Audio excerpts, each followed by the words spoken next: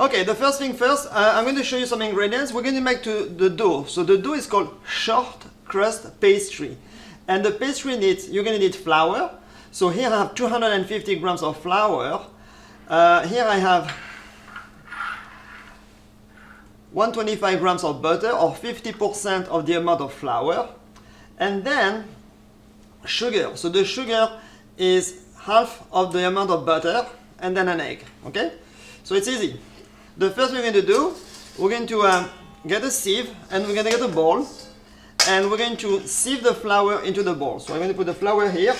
Oh, I'm using all-purpose flour, and then I'm just going to go like this. And with the paring knife, we're going to cut the butter into cubes.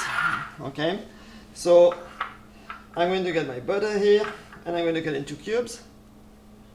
Cube or pieces, okay, chunks. Doesn't have to be cube. Then the next thing we're going to do, we're going to add the sugar. So here I'm going to put my sugar. There we go.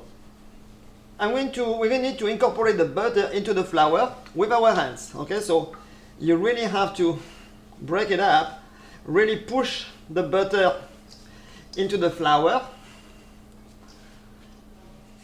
Now we're going to keep adding or sabler or sanding our flour, and as we do this, you will notice that the flour will change color. It will become lightly beige or lightly yellowish, right?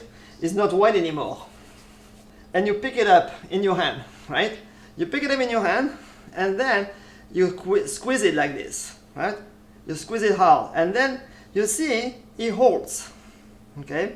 It holds, and then if I touch it, it's going to break like a million pieces again. This is exactly what you want, okay? And that's why we call it sablé, because it looks like wet sand. So I'm going to move things around here, and I'm going to make a well, okay? So I've just pushed the flour to the side, and I'm going to make a well. Then I'm going to break my egg, okay? So you break the egg, okay? And then I'm going to put my egg on the center here. I'm using one index, and I'm going to plunge my index on the yolk, like this.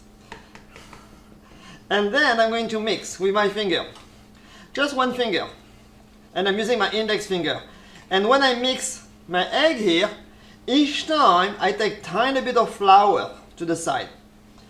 And then it's going to get thicker and thicker, but don't go too fast, okay? By doing so, this allows the yolk to be well distributed into the flour.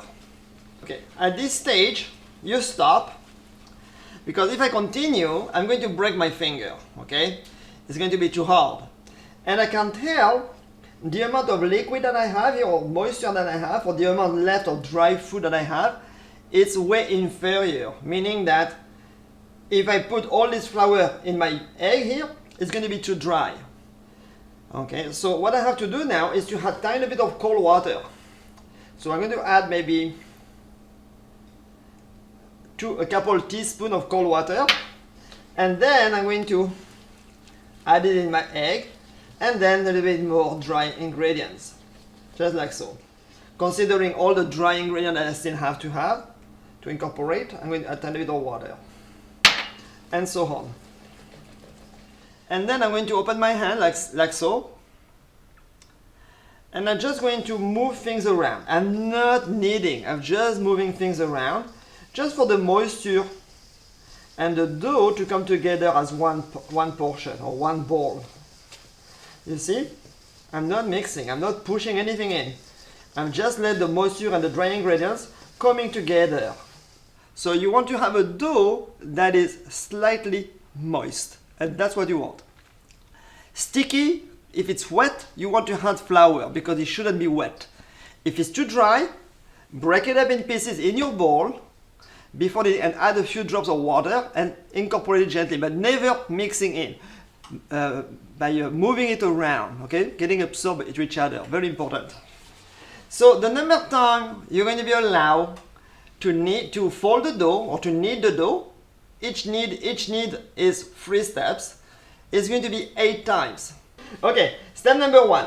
What the chef said, fold edge to edge. So edge to edge, okay, that's it, straight. And then step number 2, press with the palm, with your hand, to the center of the mass. That was step 2. Then give it a quarter turn. That's it. Then go to the next step. Again. So now you see my dough stick a little bit here. So tiny bit of flour. Okay, not much. So that was 3, 4, 5, 6, 7, a little bit more, 8, 9, okay, we can do 10 max, and then that's it. And then my dough is done.